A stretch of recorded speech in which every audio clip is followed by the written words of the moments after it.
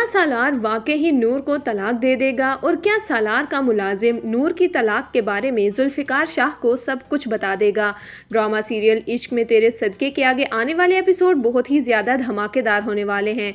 सालार और अरुष्मा के निकाह का दिन आ ही जाता है। ऐन निकाह के वक्त अरुष्मा की माँ सबके सामने ये शर्त रख देती है कि जब तक सालार नूर को तलाक नहीं देगा ये निकाह नहीं हो सकता। जैसे ही सालार ये सुनता है तो वो बहुत ज़्यादा खुश हो जाता है, क्योंकि वो तो पहले से ही नूर से जान छुड़वाना चाहता है और इससे अच्छा मौका उसे और कोई नहीं मिल सकता। सालार फौरन नूर के पास आता है और कहता है, नूर, मैं अपने पूरे होशो हवास में तुम्हें।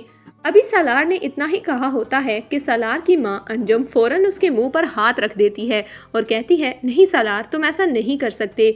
ये बिन माँ बाप की बच्ची कहाँ जाएगी? तुम प्लीज़ इसे तलाक मत दो। देखो, तुम्हारी और अरुष्मा की शादी हो जाएगी, मैंने मान लिया, लेकिन इस बच्ची को मेरे घर के किसी एक कोने में पड़े रहने देना। इसके अलावा मैं तुमसे कुछ नहीं मांगती। लेकिन अरुष्मा की माँ इस वक्त गुरूर के सबसे ऊपर वाले आसमान पर बैठी होती है।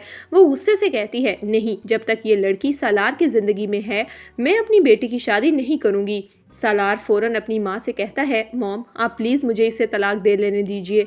हर चीज़ आपके सामने है कि किस तरह ये अपने आशिक के इर्द गिर्द घूमती है और वो इसके इर्द गिर्द घूमता है। अब भी आप क्या चाहती हैं कि मैं अपनी खुशी ना मनाऊं? इतने में सालार का बाप मुर्तज़ा भी सामने आ जाता है। वो अंजुम से कहता है, अंजुम, सालार बिल्कुल ठीक कह रहा है, इस लड़की को जल्द अज जल्द तलाक देनी होगी। और आखिरकार सालार नूर को तलाक दे देता है। नूर के तो जैसे पैरों के नीचे से ज़मीन निकल जाती है। सालार इस वक्त बहुत ज़्यादा गरूर में होता है। वो फारा के पास आता है और कहता है, फारा, तुम भी तो यही सोच रही होगी ना कि आज ये सारा सेटअप तुम्हारे लिए भी हो सकता था। तुम्हारे साथ तो मेरा नाम भी नहीं जुड़ा, लेकिन तुम फिर भी मुझसे कितनी मोहब्बत करती हो। लेकिन मैं तुमसे बिल्कुल भी मोहब्बत नहीं करता। मुझे तुम दोनों से नफरत है। तुम जैसी मिडिल क्लास लड़कियाँ सिर्फ लड़कों को बेवकूफ़ बनाती हैं। मैं तो अपनी पसंद की शादी कर चुका हूँ और अब तुम लोग अपना ठिकाना कहीं और बना लो। आखिरकार अरुष्मा और सालार का निकाह हो जाता है, लेकिन सालार को अभी इस बात का अंदाज़ा नहीं है कि अरुष्मा जैसी दिखती है वैसी वो है नहीं। जब अरुष्मा सालार के माँ बाप को जूते की नोक पर रखेगी तभी सालार को नूर की कदर आएगी, लेकिन तब तक बहुत वक्त गुजर चुका होगा। ये तलाक सारे मजमे के सामने होती है और जुल्फ़िकार शाह ने सालार के जिस मुलाजिम को नूर पर नज़र रखने के लिए कहा था उसे भी ये सब पता चल जाता है। वो फ़ौरन ही जुल्फ़िकार शाह को इतला कर देता है। दूसरी तरफ जुल्फ़िकार शाह अपनी माँ के पास बैठा आंसुओं में डूबा हुआ है और कह रहा था, मैं नूर से बहुत मोहब्बत करता हूँ। मुझे लगता है कि हूर मेरे सामने है और मुझे डर लगता है कि जिस तरह मैंने हूर को खो दिया कहीं मैं नूर को भी ना खो दूँ। नूर पर इतने जुल्म होते हैं लेकिन वो अपने लिए स्टैंड नहीं ले सकती।